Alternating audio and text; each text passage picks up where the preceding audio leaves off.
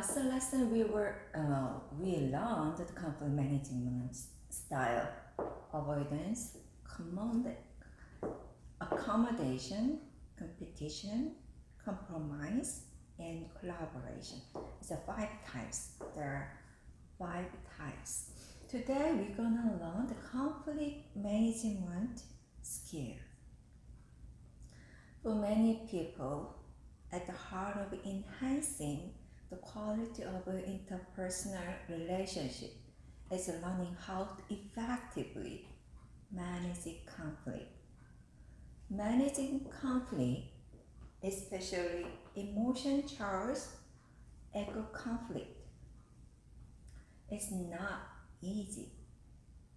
The more stress and anxiety you feel at any given time, the more likely you are to experience conflict in your relationship with others. When you are under stress or feeling lonely, it's more likely that conflict will become personal and degenerate into ego conflict. And the opposite is also true. When you are receptive and relaxed, you are less likely to experience conflict. But even while relaxed and with a fully developed set of skills, don't expect to avoid conflict. Conflict happens. Manage your emotion. Manage your emotion. That's important. That's so important. If we feel powerless to control our own emotions, we will have difficulty taking a logical or rational approach to managing the conflict. If expressing our feelings in an emotional outburst may make us feel better for the moment, but it may close the door to logical, rational negotiation. When we are emotionally charged, we experience physical change as well. One researcher found that our adrenaline flows faster and our strength increased by about 20%. The liver, pumping sugar into a bloodstream, demands more oxygen from the heart and lungs. The brain becomes enlarged and the cortical centers where thinking takes place do not perform nearly as well. The blood supply to the problem-solving part of the brain is severely decreased because under stress, a greater portion of blood is diverted to the body's extremities. Such changes fuel our fight, flight responses. If we choose to stay, verbal or physical violence may erupt. If we flee from the conflict, we cannot resolve it. Until we can tone down our emotions, we will find it difficult to apply other skills.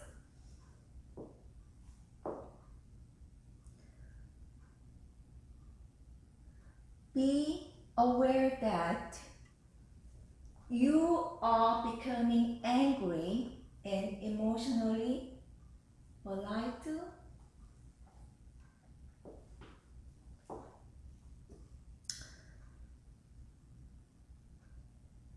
unbridled, and uncensored emotional outburst really enhance the quality of the interpersonal relationship.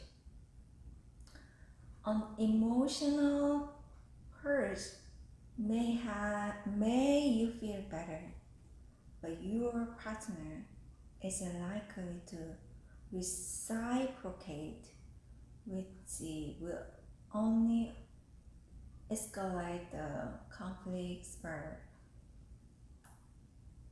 Before that happens, become aware of what is happening to you. As we described earlier, your body will start to react to your emotions with an increased heart rate. Be sensitive to what is happening to you physically.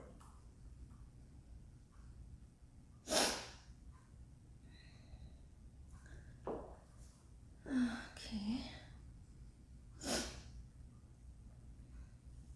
Next, seek to understand why you are angry and emotional.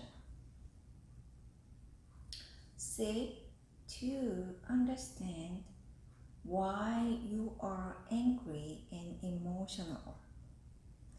Understanding what's behind your anger can help you manage it.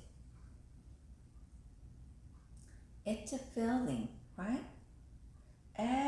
It's a feeling everyone experiences. Is to be angry. It's a feeling everyone experiences.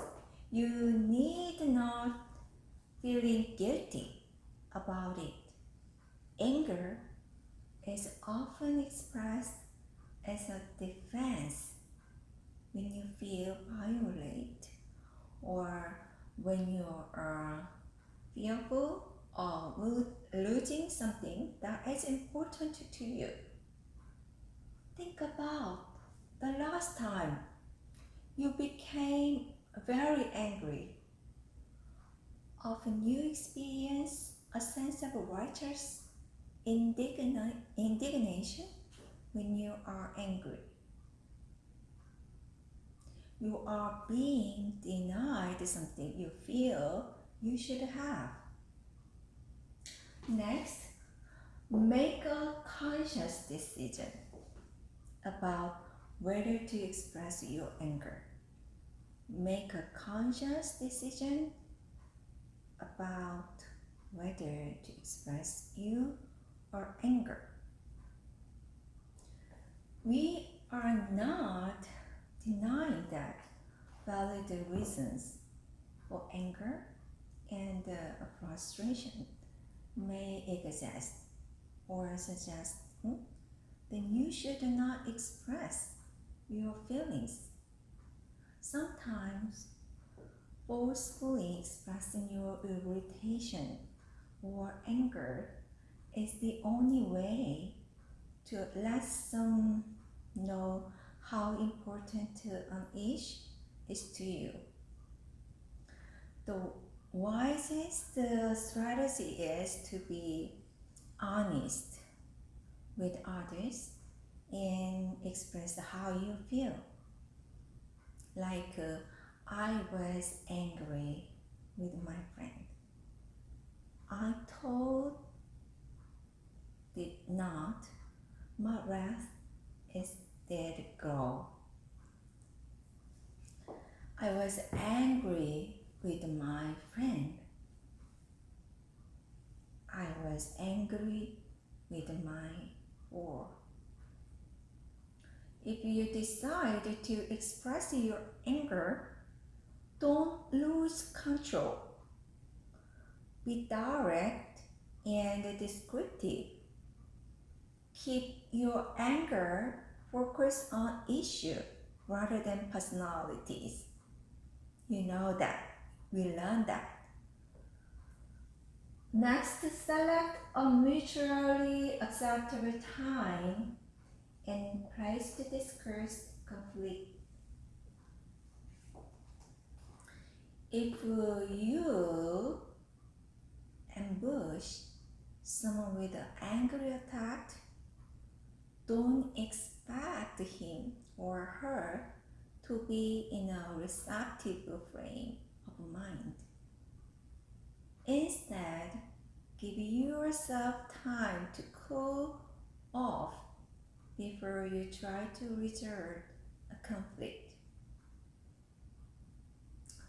In the case of the Brexit deadline mentioned earlier, you could call both production coordinator and her boss and schedule an appointment to meet with them later in the day. Of course, by that time, you could gain control of your feelings and also think the issue through. Of course, issues sometimes need to be discussed on the spot. You may not have a luxury of waiting. But whenever practical, make sure the other person is ready to receive you and your message.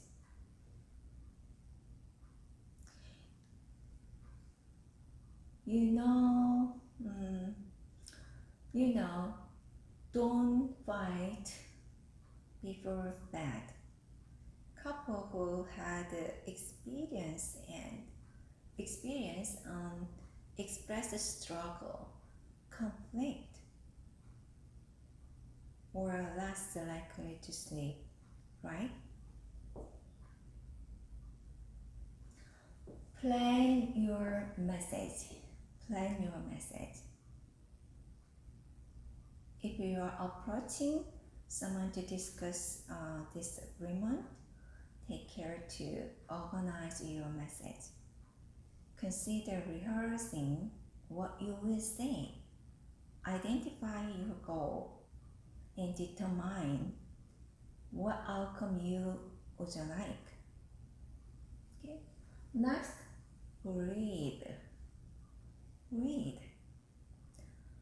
One of the simplest but most effective ways to avoid overheating is to breathe.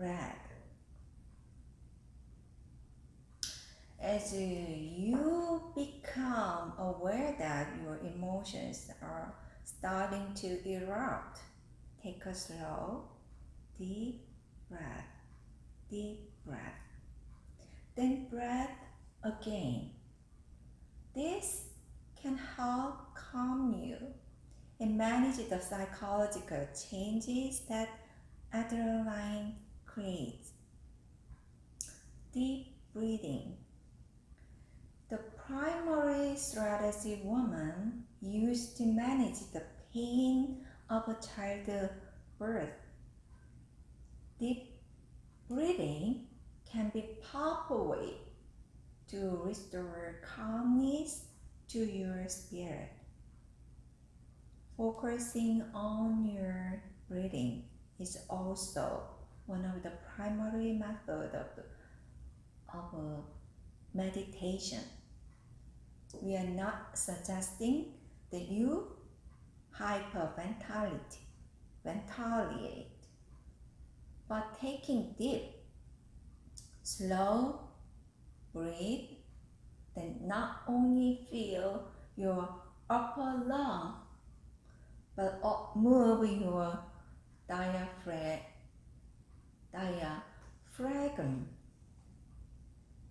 The phlegm is the muscle that moves as your lungs expand and contract. So move your diaphragm is an active strategy to help you regain rational control. Another thing is monitor non-verbal message.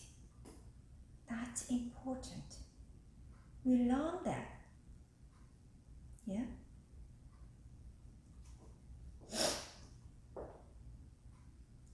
Speaking calmly, using direct eye contact, and maintaining a calm, non-threatening facial expression will signal that you wish to collaborate rather than control. Your non-verbal message should be also support your verbal response. Avoid personal attack, name calling, and emotional overstatement. Using threat and derogatory names can turn a simple conflict into an ego conflict. When people feel attacked, they respond by protecting themselves. Research has found that when husbands and wives feel discomfort during conflict because of name calling or because their partner has made a nasty comment, relational satisfaction significantly decrease. It's not surprising that people don't like to be called names. Although you may feel hurt and angry, try to avoid exaggerating your emotions and hurling negative personal comments on your partner. If you say you are irritated or annoyed rather than furious, you can still communicate your emotions, but you take the harsh sitting out of your description. We are not advocating that you be dishonest about how you are feeling. Just don't overstate your emotions for dramatic effect. It may make you feel better, but it may make matters worse.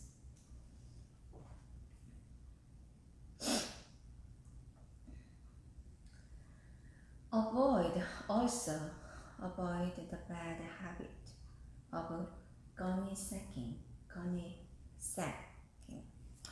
The gunny sacking, dredging up all the problems and issues from the past to use against your partner. No, avoid the bad habit of gunny sacking. It's a habit, yeah? Take time to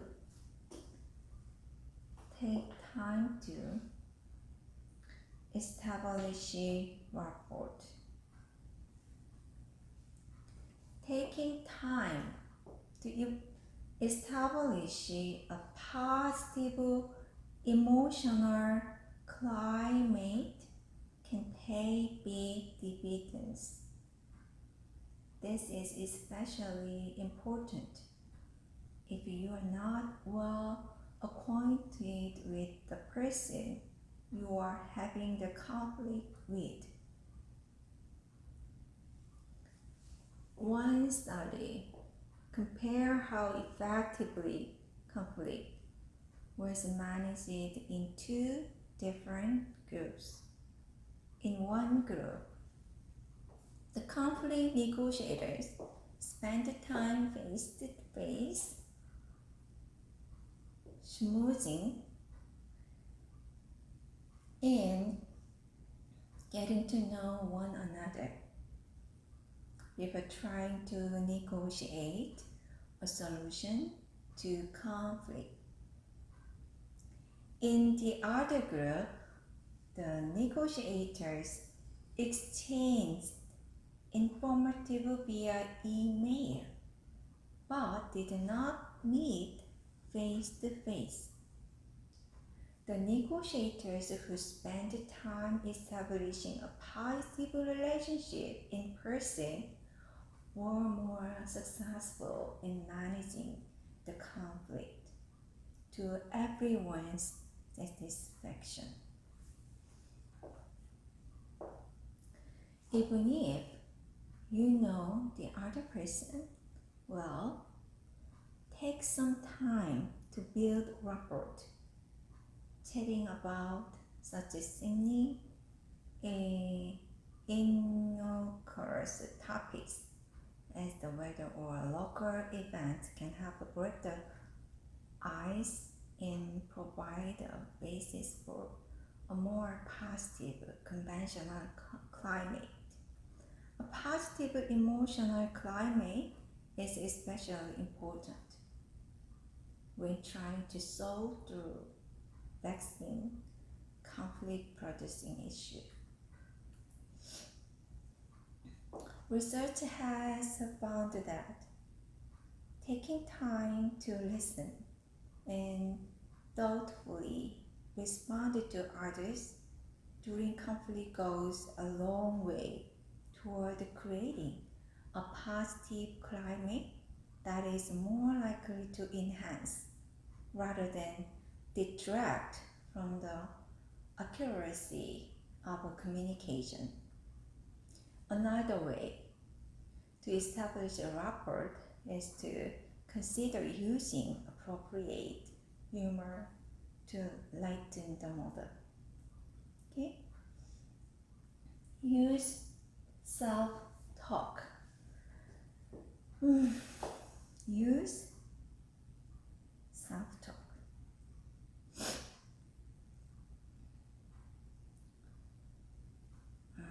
You know,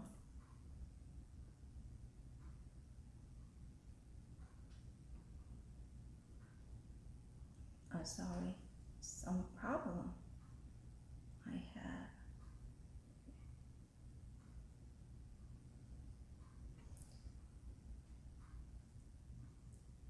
You know the self-talk.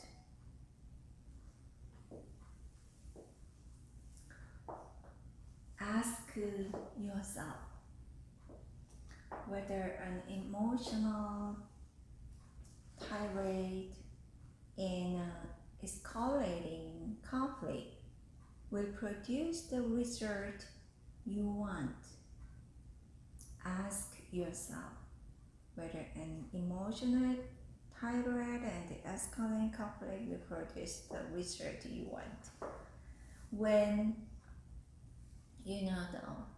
Eleanor Roosevelt note, no one can make you feel inferior without your consent.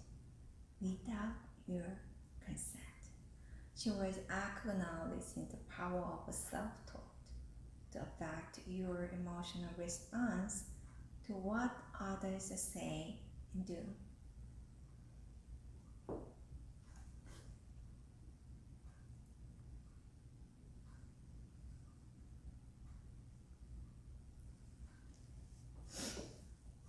Manage information.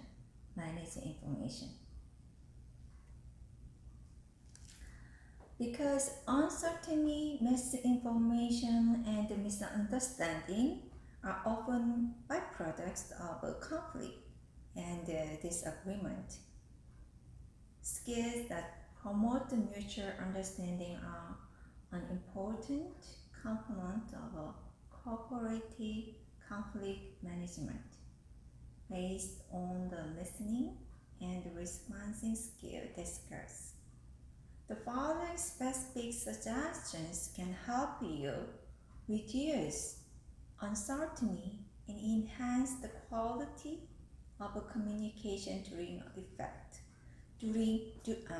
conflict.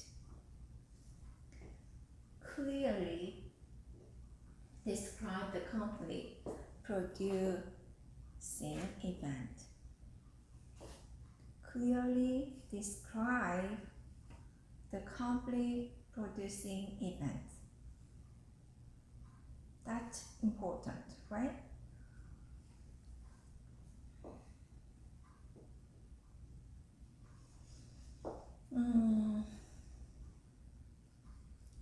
Instead of just blotting out your complaint in random order, think of delivering a brief, well-organized mini speech. Offer your perspective on what created a conflict, sequencing the event like a well-organized story. Describe the event dispassionately so that the other person shares your understanding of the problem. Take turns talking. Take turns talking. It's simple but powerful. Take turns talking. Research has found that consciously taking turns when discussing a conflict increase the likelihood that the conflict will be managed effectively. Although this strategy will not guarantee that the disagreement will be resolved, it does help establish a climate of mutual concern.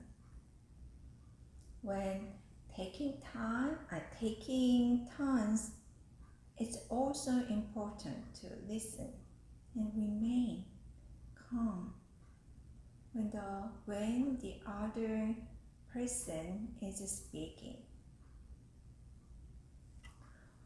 Own your statements by using descriptive I language. For example, I feel upset when you post the week's volunteer schedule without first consulting with me. Okay? I really don't want you to take this the wrong way. I really care about you, but I want to know that when you take food from my plate, I feel uncomfortable. My sister sometimes did that when I was a kid, and I didn't like it. One final tip about using iMessage: monitor your bot message. Avoid bot message. Here's a sample. I love you. I really love you, but I feel really frustrated when you leave your clothes laying on every chair. A bot message diminishes the positive sentiment you express with your I message.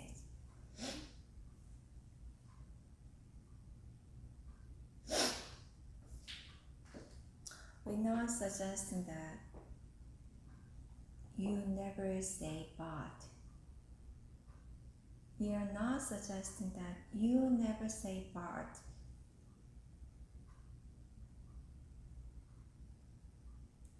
Only that you realize how the word may create noise for the listener.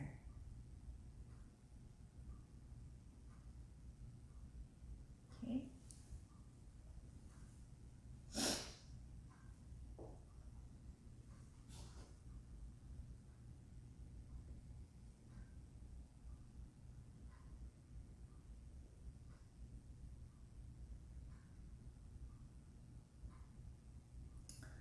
Use effective listening skill. Managing information is a two-way process. Whether you are describing a conflict situation to someone or that individual is bringing conflict to your attention, good listening skills will be invaluable.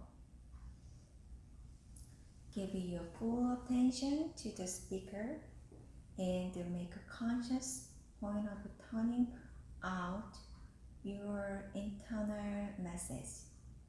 Sometimes the best thing to do after describing the conflict producing event is simply to wait for a response.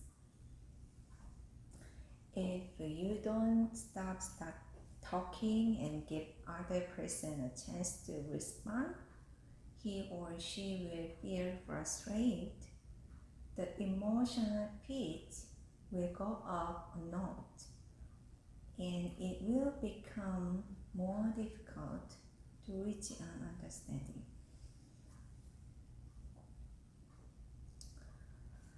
Finally, remember to not only focus on the fact or details, but also analyze them so you can understand the major point the speaker is making.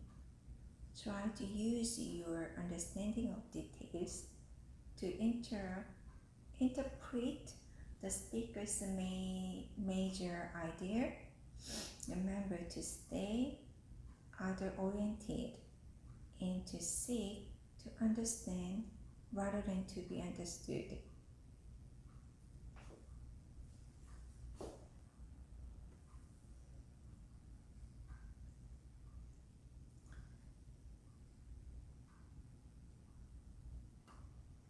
Check your understanding of the what others say and do.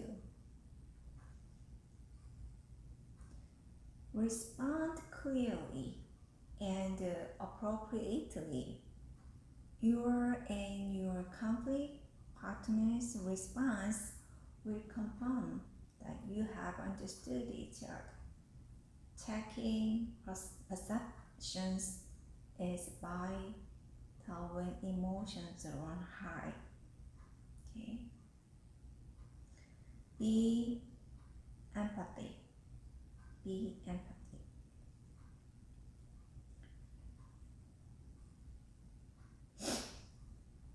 Understood others not only with your head, but also with your heart. Understand others' head and heart.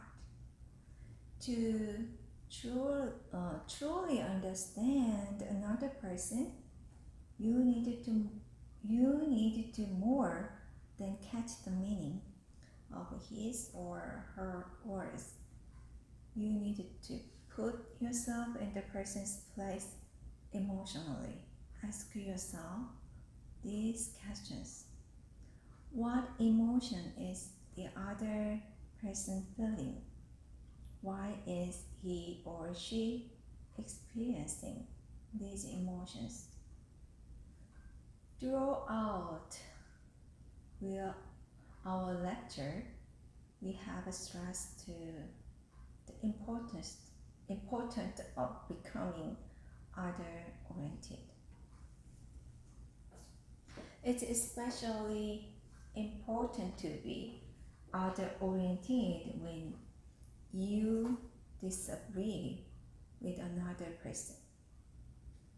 Trying to understand what's behind your partner's emotions may give you the insight you needed to reframe conflict from your partner's point of view. And with this other-oriented perspective, you may see new possibility for managing the conflict. Okay? Be empathic. Next, we're gonna learn the manage goal. Manage goal. Manage goal. First, identify your goal and your partner's goal. After you describe, listen, and respond, your next task should be to identify what you would like to have happen. What is your goal? Most goal statements can be phrased in terms of wants or desires. Consider the following examples. The problem, you describe the problem and you set the goal. Example, do your boss want you to work overtime? You need to pick up your son from daycare. That's a problem. You set goal, you want to leave work on time. Your boss wants the work complete as soon as possible. That's goal. Your spouse wanted to sleep with the window open. You like a warm and sleep better with the window closed. That's a problem. You want a good night rest. Your spouse wants to good night rest. That's goal. So identify your goal and your partner's goal.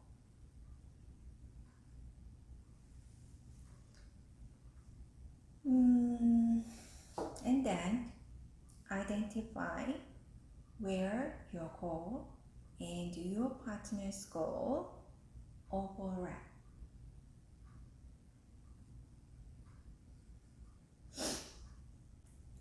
The authors of the bestseller selling book, Getting to Yes, Roger Fisher and William Ury, stress the importance of focusing on shared interests when seeking to manage difference. Armed with understanding of what you want and what your partner wants, you can then determine whether the goal overlap. In the conflict over whether the window should be open or closed, the goal of both parties is the same. Each wants good night's sleep. Framing the problem as how can we achieve our mutual goal, rather than arguing over whether the window should be up or down, move the discussion to a more productive level. If you focus on shared interest and develop the objective rather than subjective criteria of criteria for the solution. Hope exists for finding a resolution that will satisfy both parties. And the manage the problem. Manage the problem. So if you can structure conflict as a problem to be solved rather than a battles to be won or lost, you are well on your way to finding strategy to manage the issue that confront you and your partner. Of course, as we have stressed, not all conflict can be resolved. However, approaching the core of a conflict as a problem to be managed can provide a constructive way of seeking resolution. Manage a problem, that's important, right? Use principle negotiation strategy.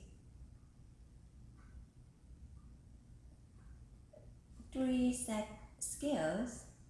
First, use principled negotiation strategy. Use a problem-solving structure and develop a solution that helps each person see face. Use principle negotiation strategies. To use principle negotiation strategy is to use a collaborate win-win framework. Even as you acknowledge a problem, approaching conflict as a problem to be solved requires other-oriented strategy based on the following principles offered by Harvard researchers Roger Fisher and William Ury. Separate the people from the problem. Separate people from the problem.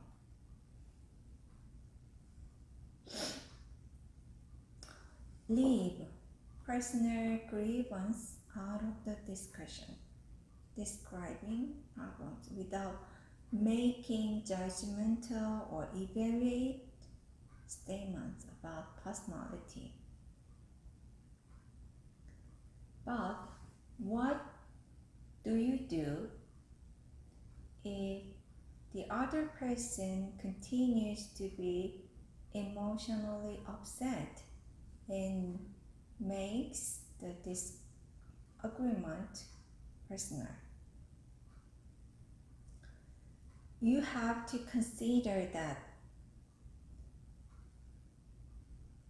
Acknowledge the person's feeling, determine the specific behavior is causing the intense feeling. Assess the intensity and importance of each. Invite the other person to join you in working toward a solution. Make a positive relational statement. Next, focus on shared interest. Focus on shared interest.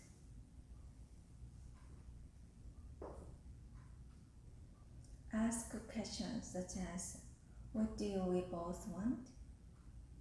What do we both value? Where are we already agreeing? To emphasize common interest value, and goals. If the discussion seems to be getting off track and conflict seems to be escalating, return to area of mutual agreement.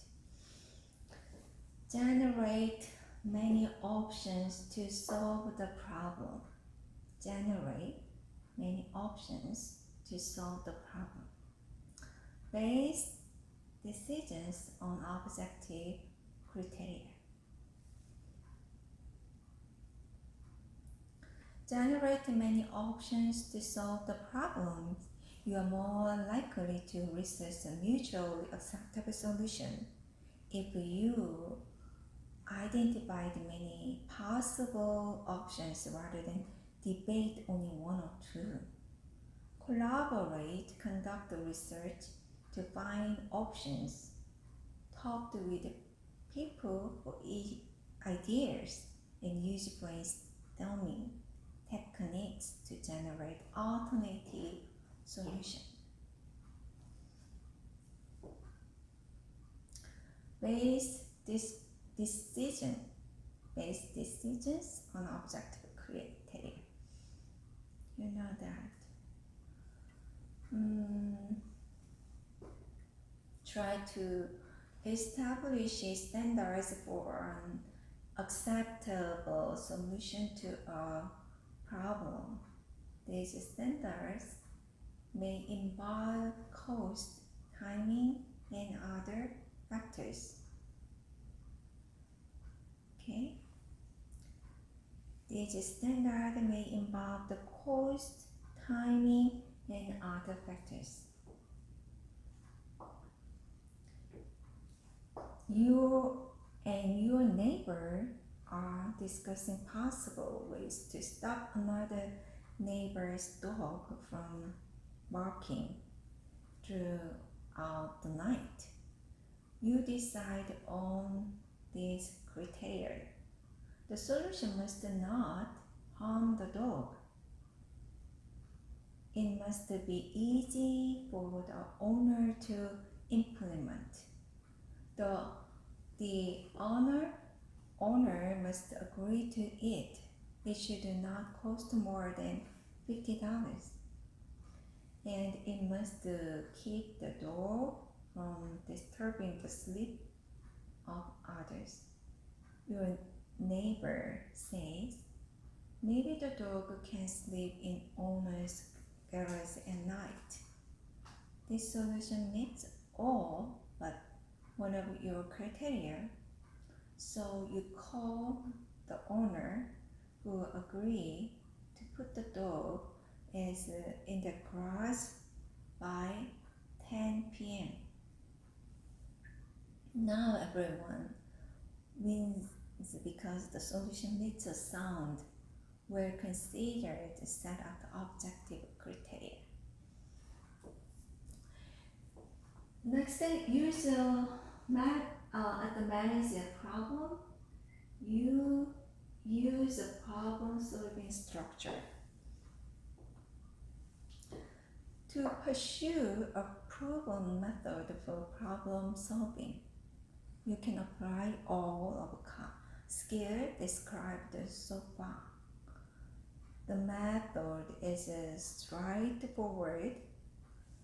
Define the problem, analyze the problem's cause and effect, determine the goals you and your partner seek, generate many possible options, and then select the option that best achieves both your goal and those of your partner. Most problems boil down to something you or your conflict partners want to more or less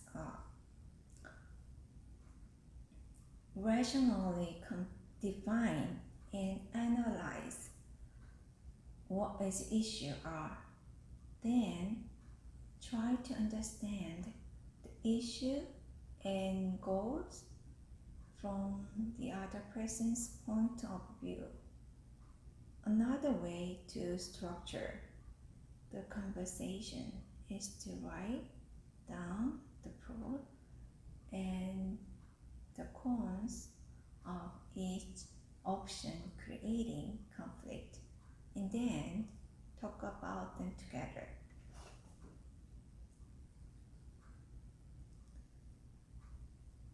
Develop the solution that helps each person save face. The concept of face first introduced with last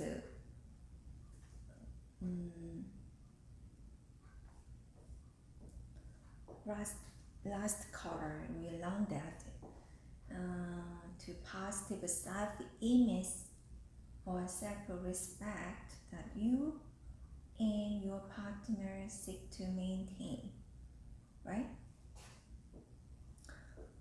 The goal of managing conflict is not just to solve a problem, but to help work to get through the relational issue with your partner, especially if your partner thinks he or she has lost the conflict.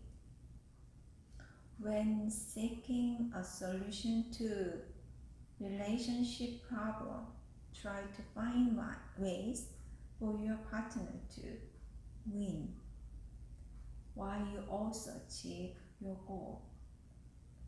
Help your partner save face. Help your partner save face. Lingering feelings of guilt, shame, and anger can interfere with helping others to save face. Communication researcher Stella Toomey and her colleagues have conducted studies that emphasize the importance of face saving or maintaining a positive image, especially in collectivist cultures such as those in Asia, where maintaining face is especially important. Okay.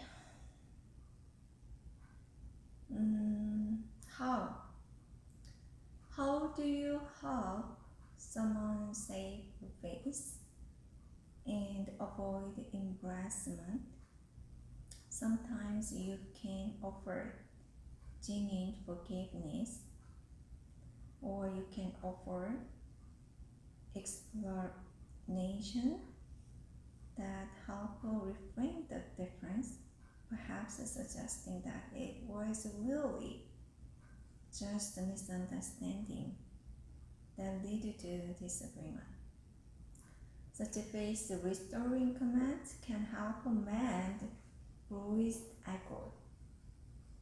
Finding ways to be gracious or allow your partner to save a face is an important heart-oriented approach to dealing with people. After a family feud between a mother and her teenage daughter, mom might say, "You are right. I should not get so upset. I'm sorry. I lost my temper. You are a great daughter."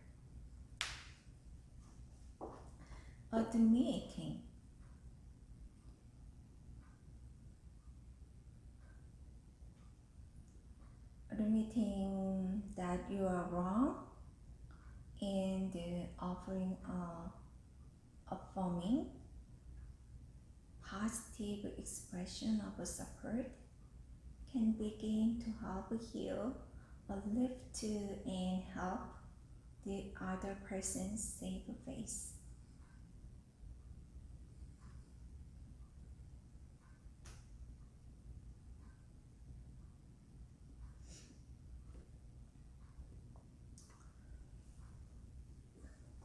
So, one research study found that it's often more difficult for partners, often difficult for parents to get over past hurts and relational bruise than adolescent children. Until past hurt heal, it's difficult to completely manage the conflict.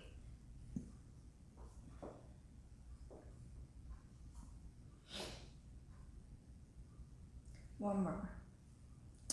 One research study found that's important.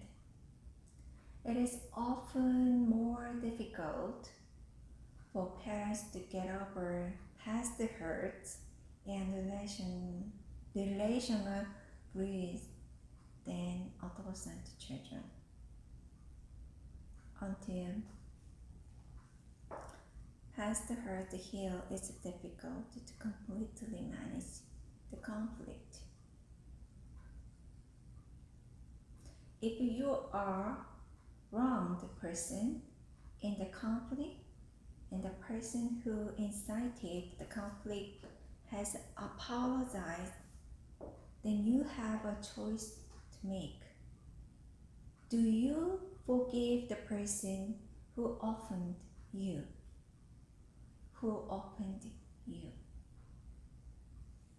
Do you forgive the person?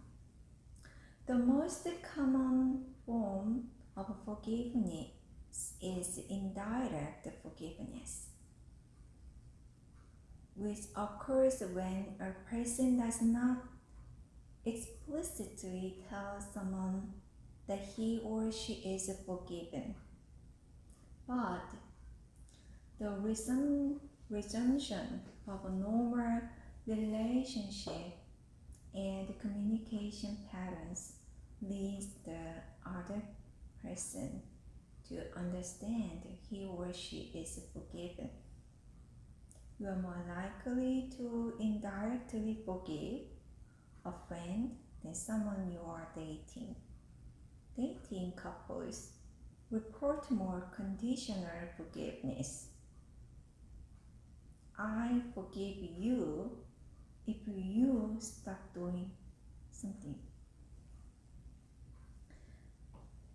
If you forgive someone conditionally, it's more likely that negative feeling of conflict will linger longer. Directly forgiving someone without condition is the most effective way to get the issue resolved for both of you. Even though we have presented these conflict management steps as perspective suggestions, it is important to remember that conflict is rarely a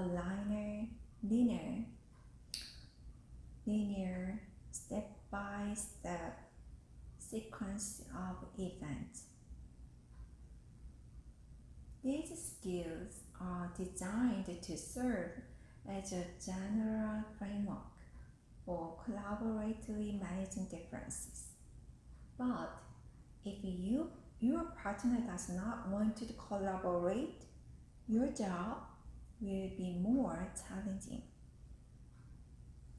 In reality, you don't simply manage your emotions and then more neatly on to develop greater understanding with another person. Sorting out your goals and your partner's goal is not something you do once and then put behind you. Time and practice, time and patience are required to balance your immediate goal with the goal maintaining a relationship with your partner. In fact, a as you try to manage a conflict will more than likely bounce forward and backward from one step to another. The framework we've described gives you an overarching perspective for understanding and actively managing disagreement, but the nature of interpersonal relationship means you and your partner will respond, sometimes in unpredictable way, to a variety of cues, psychological, sociological, physical. When communicating, think of the skills you have learned as options to consider rather than as hard and fast rules to follow in every situation. Today we learned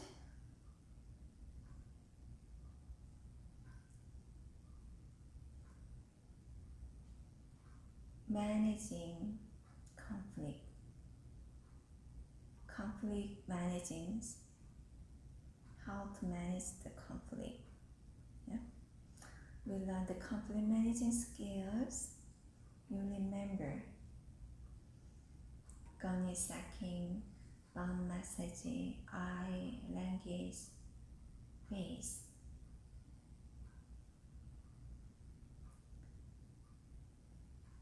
Okay, next we're gonna learn the understand the interpersonal relationship.